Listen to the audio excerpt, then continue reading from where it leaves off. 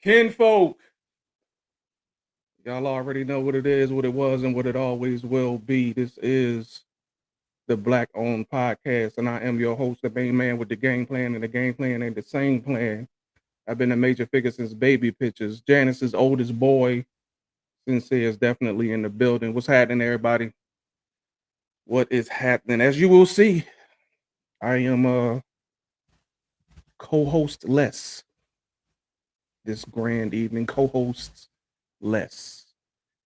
Peaches is somewhere in Miami living that life. You know what I'm saying? Enjoying some time, you know what I'm saying, to herself as she should, as we all should, as a matter of fact, you know what I mean? We all deserve to get out, you know what I'm saying, and relax and release a little bit. So that's what she's doing right now. So we missing her. So you know what I'm saying? As always, shout out to my home girl, to the co-host. Peaches. So you just stuck with me today, man. Got a couple things I'm gonna need to talk to you about, man.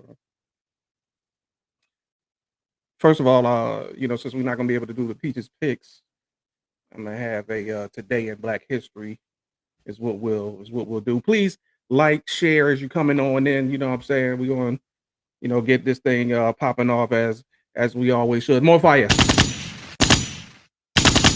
Um, you know what? We don't really get to talk about sports much, man. But you know, it's the NBA playoffs is going on, and you know, I've been paying close attention, and I just gotta say, this boy Trey Young is boy's problem. This boy is the truth around this boy. Boy, they just went to Milwaukee the other night, did what he felt like doing, just did whatever he wanted to do, man. You know what I'm saying? You know, you can't. I'm not one that just judge the whole thing and say how everything's going to go down just based off of one game. But man, he played a little, you know, less than spectacular. Dame, what up, though, bro? You know what I'm saying? Appreciate you. Trey played a little less than spectacular in that game 7, but he still found a way to put his stamp on that game. But he definitely was, you know, redeemed himself in the game 1 of them Eastern Conference Finals, man. They gonna have to find something to do with this boy. He had 30 points at halftime. He had a full line of stats, a full game worth of stats at halftime. Um, Whatever that coach name is, he gonna need to make some adjustments because that's that he you can't the boy up there. You know what I'm talking about? Yeah, he definitely confident because you know what I'm talking about. Whatever you thought at the 3-point line, you definitely confident. He knew that mother was going to drop, so they gonna have to do something about that, man. Yeah, Chris Paul's on his way back to the lineup in Phoenix. Devin Booker's certainly been holding it down. Him and everybody else is, you know what I'm saying, not just him, but you know, mostly him. But Chris Paul will be back in the lineup for Game 3, so I'm looking forward to that. That's going down tonight. Um, you know, I can't wait to kind of, you know, see where that goes. First one, first game for these Western Conference Finals in the Clippers building. So we'll see how they how they hold up. Uh, Paul missed some crucial free throws in that last game. Very crucial free throws in that last game that basically kind of sealed it for Phoenix, man. The free throw game is, man. I mean, not just in these, you know, games that's remaining, but in the whole NBA playoffs, been, you know, people getting exposed. You got Ben Simmons don't even want to touch the ball because he don't want nobody to foul him because you know he can't make 2 free throws, and you know it's just playing a major part in how things turn out, man. So yeah, man, good stuff going on in these NBA playoffs. I'm definitely feeling it. Um, if you paying attention to track and field for those Olympics, I'm sure you know who Sha'Carri Richardson is. Sha'Carri Richardson broke that all-time mark that was made by Florence Griffith Joyner back in the 80s. 10.74. She stood number 1 for all of these years, and then Sha'Carri came through and got it with the hot 10.65. The girl is amazing. She is amazing. I can't wait to see these Tokyo Olympics. Her, Dina Asher Smith. That should be crazy because Dina Asher Smith actually beat Sha'Carri Richardson in a race this year. And then what's my girl from Jamaica? Shelly Fraser Price, Shelly Ann Fraser Price, something like that. Yeah, that's gonna be that. Yeah, it's not gonna be a walk in the park for nobody when it comes to this women's 100. I don't think PG got it in them to get to the finals. Maybe it might be, man. And you know what? I wouldn't mind, man. CP3 deserve a ring. You know what I mean? Everywhere he go, he make the team better. I'm great floor general. You know what I'm saying? I was always upset that they blocked that trade that got him that would have got him to the Lakers. I strongly believe if we could have got him to the Lakers when we was trying to get that trade, Kobe had 6 rings. You know what I'm saying? Yeah, man, they give her more hate, you know what I'm saying? And you know what I'm saying? It's because she flashy, she confident, and people don't like that, man. They worry more about what she looked like, you know what I'm saying, than what she actually doing out here and what she doing. And like you watching history with this girl, man. Like every time she's on the track, you don't know what, you know what I mean, what could happen. This girl is amazing. I mean, and then the her top end speed is crazy. I think I when they had the finals, her top end speed was a little over 24 miles an hour. Man, that's crazy. That is crazy. I mean, this girl she is moving, man. That 10.65 beat would it not that it would it was a better time than some of the men who was running for the Olympic trials. I mean, so definitely not. She not no slouch, man. I you know what I'm saying. I'm cheering for her. You know what I'm saying, for the whole track team. I'm looking, you know, for hopefully Phyllis Allison can do something you know what I'm saying, with in that 200. What's the boy name? Noah Lyles. Noah Lyles got smoked in the 100. He not gonna make that team. So hopefully, so all he got left is the 200. So he, you know, this they not playing. I, I I was sad to see Gatlin go out the way that he did, though. Not to say it was his own fault, you know what I mean. You know, the hammy was getting him. Mara, what up, Kinfolk? The hammy was bothering him. He went out there, tried to still make it happen, man, and he just couldn't pull it out, man. 39 years old, out there with the young boys holding it did down. I was cheering for him. But you know, it just wasn't in the cards for him, man. You know, he was very emotional in his interview after the fact, understandably, because certainly this is probably his was probably his last shot at making an Olympic team. So but you know, yeah, he'll always be all time great. Um, you know, for the US track team. So I mean nothing really to hang his head on. He at least, you know, he finally got the win on Usain Bolt.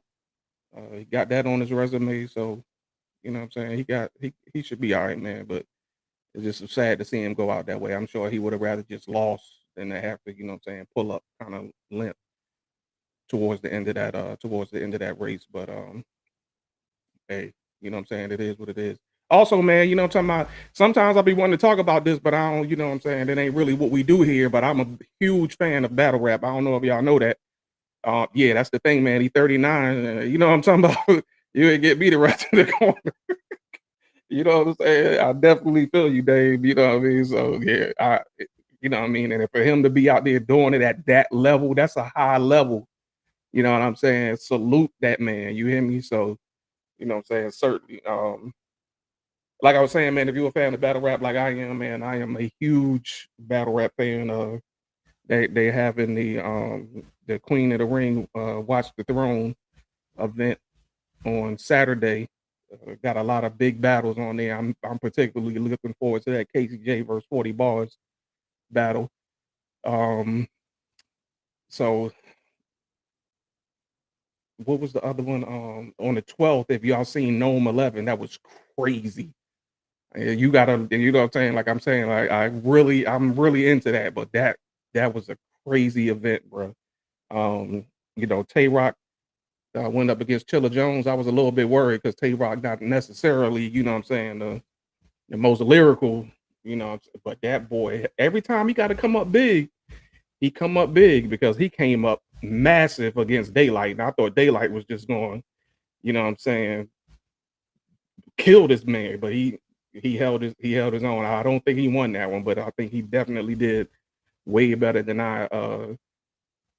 Dang, you know what? I don't know, man. The Cassidy thing, I'ma just reserve judgment till I actually see, you know what I'm saying, what happened. Cause I still don't really grasp like what he trying to do. You know what I'm saying? Like I don't understand like with the captains and all this other kind of stuff like that. I don't understand what that is, but I guess we'll just wait to see. No, Freeway should not get back in the ring with Cassidy. Cassidy has gotten better with every battle that he's been back, and he actually won against Hitman Holla. Then that's Hitman Holla, like one of the biggest names out there, and Cassidy won. You know what I'm saying? I think the joint with him and the with Cassidy and what's my man name? Arsenal. That was just I didn't like that one too much. Arsenal was doing too much. It was for crazy, bro. Calico would not play a game with Cassidy, bro. No, Calico would have. Now if they want somebody to go in there and do to Cassidy what everybody want to get done to Cassidy, because everybody wants one of these boys to just get up here and bar his life away. Calico could go up. He could go up there and make it happen. Yeah, the Arsenal joint was trash. I didn't like that one at all. And the one with him and Goods, you know what I'm saying? Goods was outside of himself. You know what I'm saying? To me, I like Goods when he himself. He talking that slick shit. You know what I mean? That's what I like. I don't know what he was trying to get up. Everybody trying to switch it up when they get in front of like do what you usually do, and you know what I'm saying. Let Cassidy have to deal with it. But Cassidy be out here holding his own against these cats, man. So you know what I'm saying. I don't think the Freeway and Cass thing. I see people talking about that. I am not a fan because yeah, Freeway couldn't. I don't think with the way battle rap is now. If no, he just it wouldn't work. That would yeah, I wouldn't I wouldn't do that. And if I was Freeway, I would just be like, hey man, look, that happened. It was some years ago. It's over. But we are gonna finally, you know what I'm saying, get that Murder Mook and Reed Dollars battle. That is something I'm looking forward to seeing. You know what I'm saying? I'm definitely looking forward to see that. But I really want to see Mook go up against one of these new cats. You know, this new class is hard. You know what I'm saying? I'm a big Jada Nightwing fan. I like Real Sick. Easy to block cat. Oh, this mother is for real, bruh. Easy to block captain is that boy. They got a whole bunch of cats, you know what I'm saying? Like I said, Jada Nightwing Swamp. I'm a Swamp fan, you know what I'm saying? Like, are you gonna ask him to put it? Yeah, I see that. Disrespectful, man. If I was free, I'd have walked off. Like, hey, man, don't come with me. I'm Freeway, you know what I'm saying? I'm still a legend out here in these streets. You know what I'm saying? But hey, it is what it is, man. I ain't gonna talk y'all face off about something don't nobody know about except me and Dane. So you know what I'm saying? Tay Rock and Move beefing, they been beefing. I don't even pay attention to it no more because it's just corny. Um, you know what I'm saying? Mook is petty. And I think Mook mad because he not the face. Because Tay Rock is semi right now the face of URL. And I don't think Mook ever liked that. Especially because when the whole dot mob was dot mob, not dot mob, that whole thing. I don't know. Yo, that Easy and T Rex battle was crazy. Who you think won? I got Easy with a gentleman's 30. Gentleman, Easy talk. Like he be saying, the talk different. He ain't lying. The talk is different. That young man come with it. I love seeing his battle. I done watched him and Danny Myers. I watched that battle at least 7 times just for that one line about the flag. He said, "I put the flag out front." They're crazy. Yeah, I don't like Mook, bro. I'm not a Mook fan, man. I'm not a Mook fan, bro. So I'm gonna let it go. But anyway, in place of the Peaches picks, man, I'm gonna give y'all a this day in Black History um nugget. And on today in Black History, June 24th, 1936, Mary McLeod Bethune became director of the Negro Affairs of the National Youth Administration. Of course, Bethune, who we all know from, the college that she started, Bethune-Cookman in Daytona. Now it's Bethune-Cookman University in Daytona Beach. She served as president of the college from 1923 to 1942, and again in 1946 to 47. The United Negro College Fund was founded on April 25th, 1924, by Bethune Cookman and Frederick D. Patterson.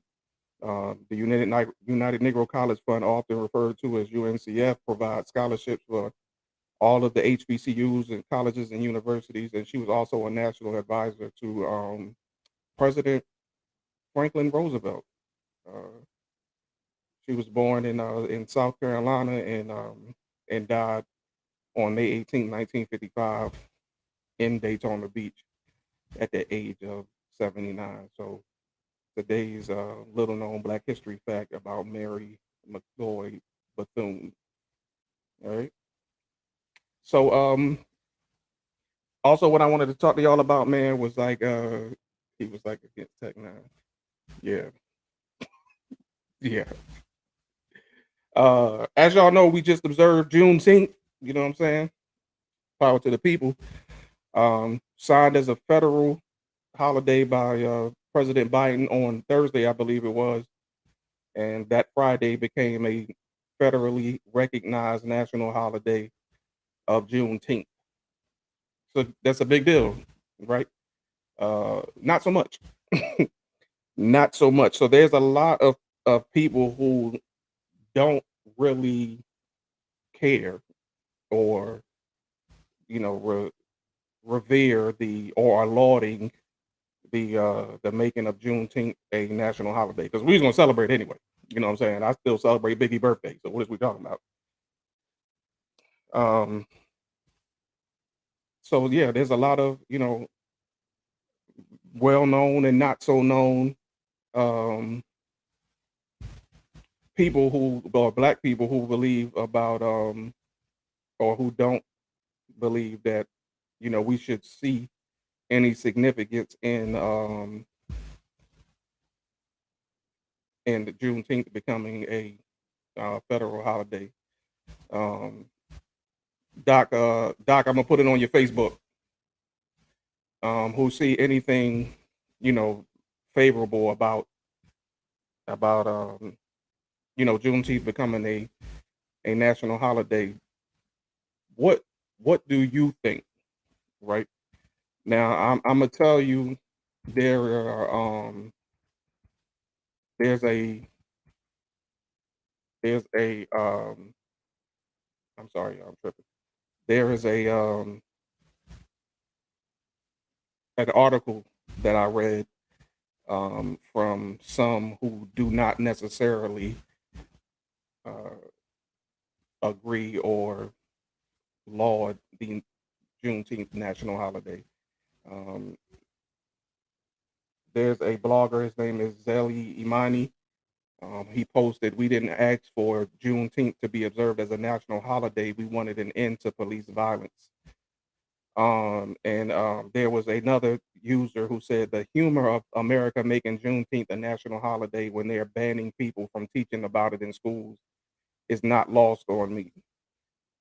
So there's a lot of things going on outside of that kind of influence the way that people have received Juneteenth becoming a holiday. And my feeling is that the reason why they may have and do really feel that, you know what, Dame, it's like I feel like I'm not really moved one way or the other. You know what I mean? It's like it's cool, but I'm not like that wouldn't I'm not moved by that. Like I'm not like, oh yeah, we got something or we won. And, like I don't feel that way about it anyway. You know what I mean? So, but my point is that all of the things that are the outside influences, because what I have here's what it is. What I would have liked for it to have happened is everything to be going along smoothly, and then just out of nowhere, um, what I'm saying, they they made this thing a holiday, and it was received well. But right now, when we got all of these things going on, um, you know what, Dame? I don't even know if the joint, if I got it hooked up. I don't. I don't have a call in, hooked up. My bad day. Um, then it may have been received better. You know what I'm saying? Not just, by me, but maybe by us as the masses. If everything was going along cool and we had really addressed some things, if the murderers of Breonna Taylor hadn't basically been able to just walk free from killing her, if still uh, people were not ignoring that there needs to be some type of law put into effect, very similar to what the Asian hate bill is, that identified black people as a part of that bill, or have our own bill that addresses those things. If we began to really address police brutality and how that seems to singularly affect the black community, I think if they would address those things, and on top of that, have made Juneteenth a holiday, then I think we would have received it better. But I'm not impressed because we will waste it. We only worried about parties and dates. Yeah, facts. That's a fact. You know what I mean? And I can't lie. I think with this one, we have to take some ownership of it. You know what I mean? And of course, I taught my kids what Juneteenth was some years ago, but we have to take some ownership of it. We can't expect anyone else to say, "Hey, look, yeah, all we gonna worry about is looking and barbecues," right? But we can't. But we have to take the ownership of it. We have to be able to say, "Hey, look, this is what Juneteenth is." Um, Period. Not necessarily, "Oh, this is why we have the day off," because that's really not why we have the day off, or that's really not why it's a holiday. But here is what we should know about it. I mean, it's on us. The onus is definitely on us, and that's something that we're going to have to own and make that information known to the next generation. It has to be something that we're explaining to them, so that the significance of it is not lost. Because uh, when you look at how like my children's generation, when you look at how they came up, it's different. They didn't come up necessarily. Well, mine did not come up anywhere near the way that I did. But I still remember that when I was, saying young in high school and middle school and all of that. But there was still clear lines in the lunchroom. There still was us on this side, s- this group over here, and another group over here. But I think with you know mixed race families and all of these things that say Asian hate bills and things like that kind of point out where that there are some problems society. I just think that it's going to be a little bit different for them, right? So it's like I said, it's the onus is going to be on us to teach them the significance of what Juneteenth is and why it should be celebrated and not and recognized, and not just seen as a day off so that we can hit the barbecue. None of which we will support black liquor stores or black grocery stores to take back some of these capitalized rules of the nation. Man, Dame, I had a real conversation with somebody the other day, and we talked about what if there was one thing chiefly among the black community that you said that we would have to say we have to address this first, what would that thing be? So would it be unity, us addressing unity amongst ourselves, so forth and so on, blah blah blah? Would it be politics, forming our own political party that looks out, for our well-being, not our well-being only, but our well-being first, and money, you know, and I think it's money. I don't think that I'm not saying that I'm right, but I'm just saying I think it is because of some of the things that you just spoke to. And I'll never forget, I heard Dr. Umar Johnson speak one time, and he said there are some things that we have to have as a community in our own neighborhoods, and that is we have to have schools, we have to have grocery stores, we have to have a hospital, and we have to have one other thing. I can't remember what that thing was. Um, but he said you will not find a black community in the United States of America that has all four of these things. And when you look around, yeah, you know, you're pretty much right. You know what I mean? I think did I say school? The school was one of them as well. So, um, you know, but I mean, and we all know that Dr. Johnson is flawed, but I mean, he makes a lot of sense most of the time. So, I wouldn't just want to just kind of take light anything that he says or take the validity away from what he thinks about us as a people. But um, yeah, back to the holiday. I just think the timing of it was wrong with so much other stuff going on and so many, you know what I'm saying? Right. Well, what you mean by that though? Money circumvent the American existence. Well, what you mean about it? Because I'm gonna tell you something. We still gonna have to deal with American rules and laws unless we are able to defend ourselves, which we will not be able to do if we don't have our own police force or our own um like military to because um, then it'll be it'll be Black Wall Street all over again. As soon as we get what I'm saying to a certain point, they're gonna march in that mother, blow that joint up. You know what I'm saying? And then what we gonna do? I'm just saying. You know what I'm saying? I mean, there's a lot of things that, like I said, could go inside that kind of coincides with the whole um Juneteenth celebration. But let's talk about those who laud the Juneteenth um celebration. That most of these people are politicians. Um, Now, Gwen Grant, who is the president of and the CEO of the Urban League in Kansas City, she did say it's great, but it's not enough. Right? She said that she was delighted, that it was made, not just that it was made a holiday, but that it happened so quickly. I mean, and to quote her, she said it's been a long time coming. But then she added, and what we need not forget is that what we need to do is that we need Congress to protect voting rights, and that needs to happen right now so that we don't regress any further.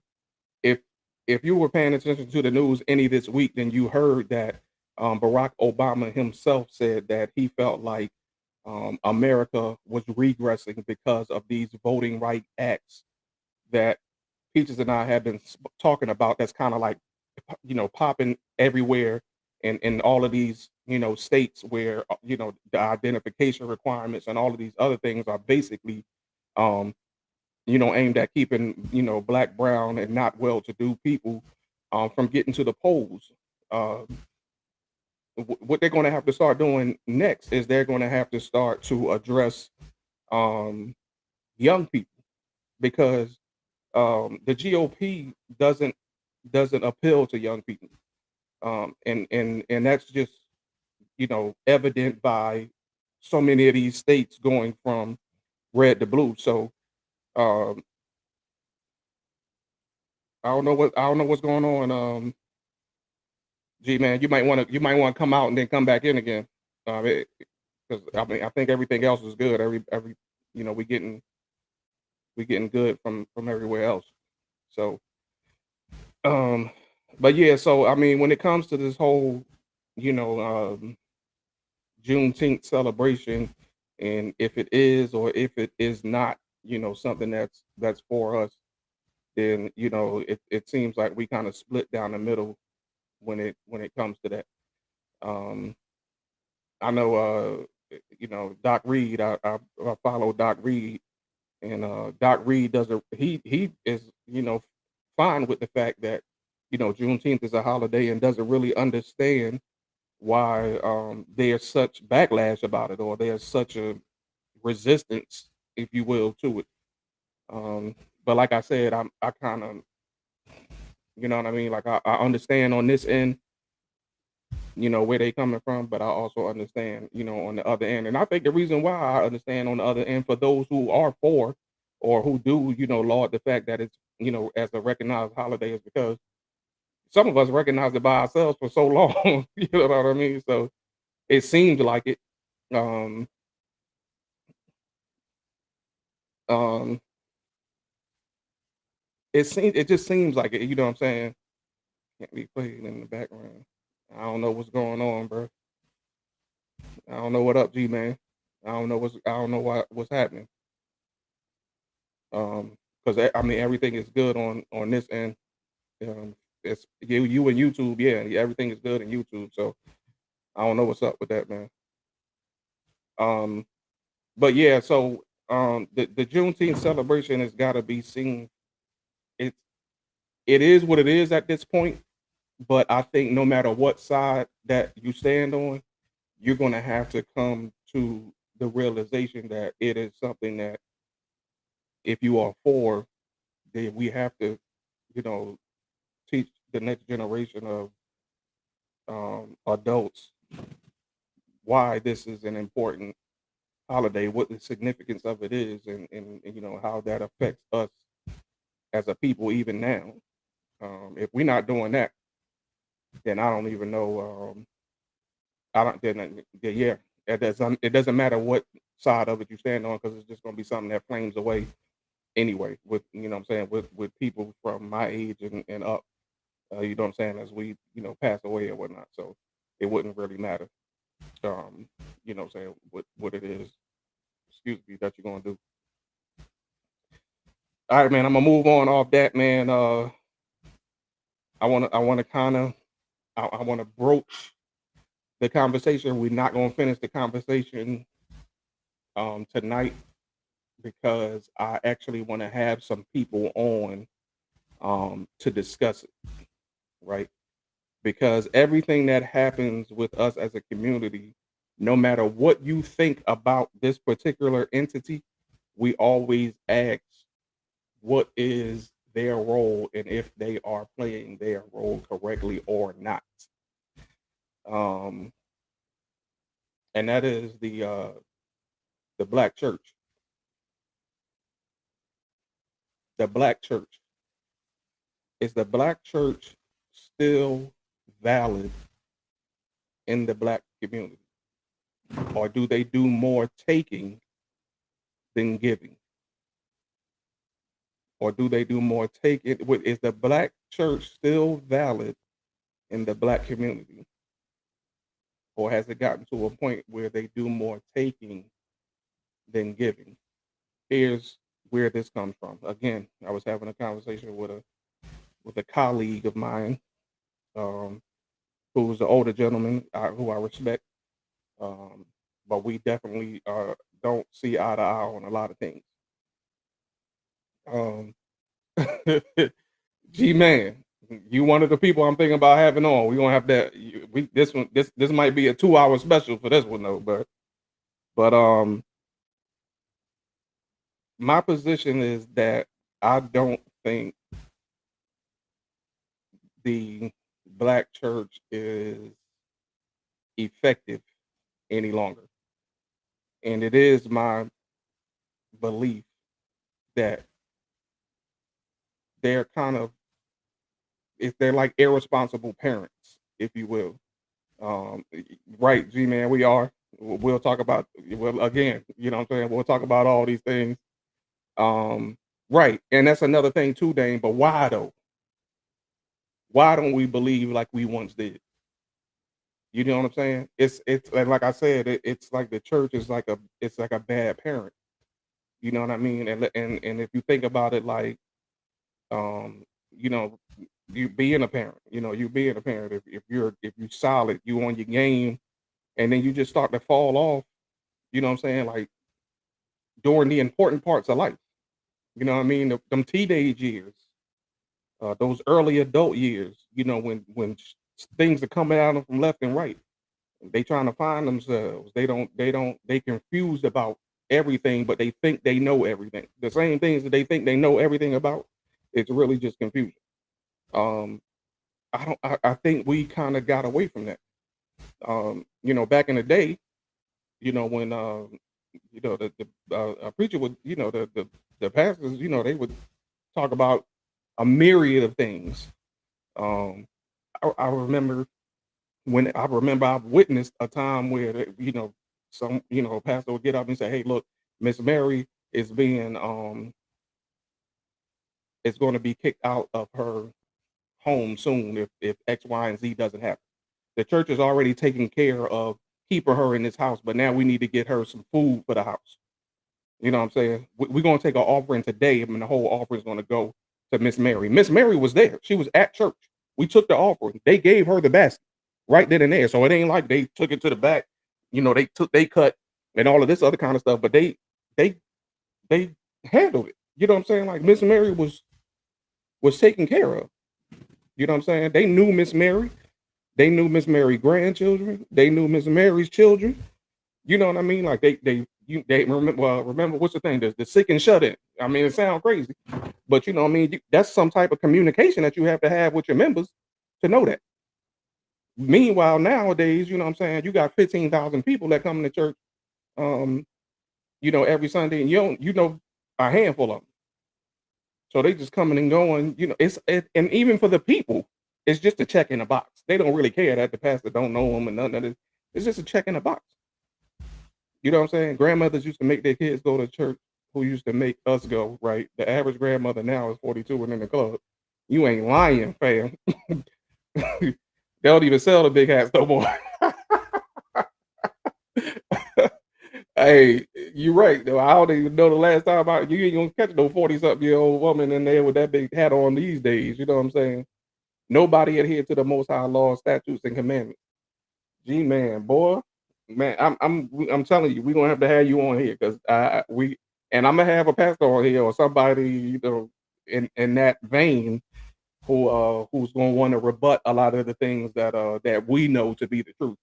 But I don't think that the church takes care of my thing was so everywhere that the everywhere that the apostles and Christ went, things got better. You know what I mean? It probably was rough. It probably was like, what I'm saying, some stoning and all this other kind of stuff like that going on, but things got better. Whatever was a problem was addressed. You know what I'm saying? And when they painting, Christ in this, turn the other cheek picture, but they don't tell you that he was in the temple turning tables over.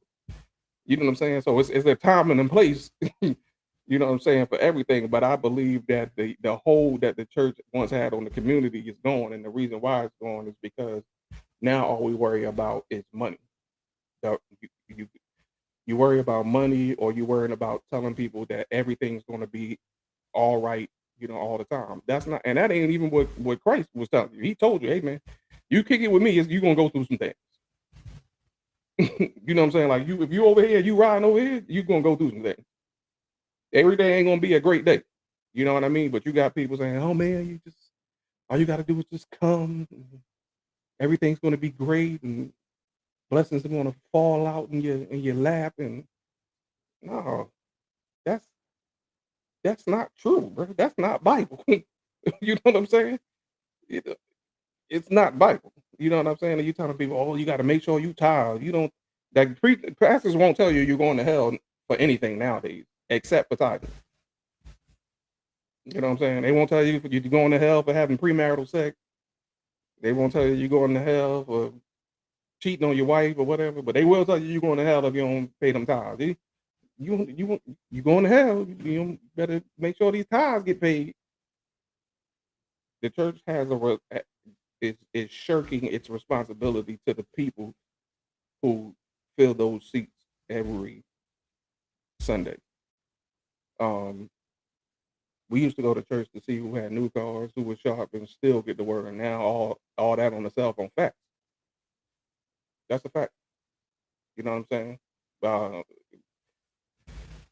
and I remember being in them pews and just being like, oh God, you know what I'm saying? Like this is crazy. But at the same time, um, you knew that there was a time and a place. You knew that you know what I'm saying, that God was real and what God supposed to do, can do, and all these other kind of, you know what I'm saying, things like that. But now I just think that all of the church pushes is prosperity gospel, or the everything is gonna be all right, you know what I mean, gospel. We not really teaching people how to live. We not really teaching people how to be able to survive outside the church. You know what I mean? Remember they used to have The people used to be, walk around, knock on your doors, talk to you. Hey man, what's going on? And in the neighborhood where the church is at.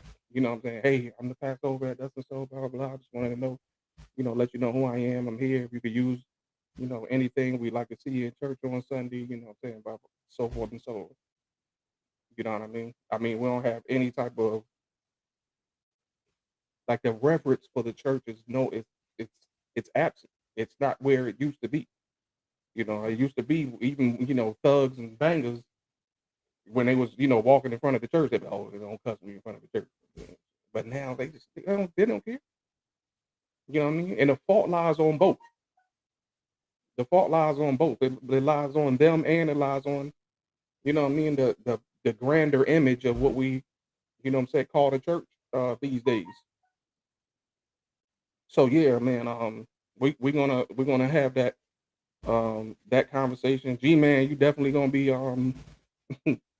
welcome to that conversation. Hey G man, I forgot to bring the thing, man, so I could take calls, bro. My bad, bro. Peaches ain't here. That's what it is. You know what I'm saying? She usually had me on my 1-2, but she ain't here. So I just hopped on this morning and did whatever, man. So uh yeah. So man, yeah, that's what we're gonna talk about, man. I'm gonna try to line that up sometime real soon. It's not gonna be the next episode, but I'm gonna definitely try to line that up real soon. Get a couple of real people on here to talk about some. It's gonna get emotional, so I know that people gonna, what I'm saying, be wanting to go crazy back and forth, but we're gonna try to mediate, get all that taken care of as much as we can, so that we don't have people, what I mean, stepping over, one another or anything like that. But yeah, that's gonna be a good thing. Church used to expose those who needed help and support, mental, physically, and spiritually. Without that fellowship, there will certainly be a decline. And I mean, I mean, my thing is the church just can't be a Sunday move, and it can't just be a Wednesday move. Wednesday Bible stuff. When you know what I mean, like you remember back in the day, like people, you would really have to. There was always somebody at work who was like, "Hey man, you know what I'm saying? I want to invite y'all to my church." Man, don't nobody talk about church no more. All they do is say they go. Yeah, I go to church every Sunday. Okay, ain't nobody inviting you to come to church. Hey man, come on to church. No, nobody do that. Because now, I mean, it's taboo. It's not something you can really discuss at work or anything like that anymore. Not that it was a discussion, but just it was always that one dude, or that one, lady, that she go to church and all this other kind of stuff like that, and she might invite you out, or he might invite you out. Oh, maybe, you know what, you ain't even got to come on Sunday. We having Bible study on Wednesday at 6 o'clock. If you want to come through, and you can wear your regular clothes and all this other kind of stuff like that. And I mean, now who is that person? You don't really know. I don't have anybody who I think, oh yeah, this is the church dude right here. Nobody, nobody. I work with hundreds of people, and yeah, there's nobody. You know what I'm saying? Like that. I really believe that when we were forces to Christ, I really believe that when we were forced to Christ, the Most High forgave us, but now we know better, so we should do right. When you know better, you do better. You right about that, G man. But I don't think a lot of us know. You know what I mean? There are a lot of people now that's coming to understand what the Bible for what it really is, and understanding that that was our, religion that was tainted, if you will, and given back to us in a way that benefited the person who was given the giving.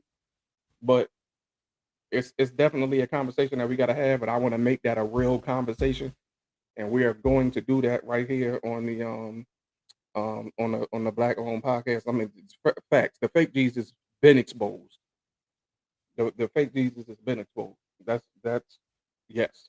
You know what I mean? And if anybody who was wondered, I mean, even Farrakhan had said out his own mouth that we the Israelites.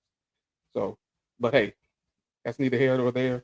Like I said, we're gonna have some people on here. We're gonna do everything we can to make sure that that's mediated well, because I want everybody's opinions or facts to be put out in a way to where the audience could take it and go back and do their own research and so on.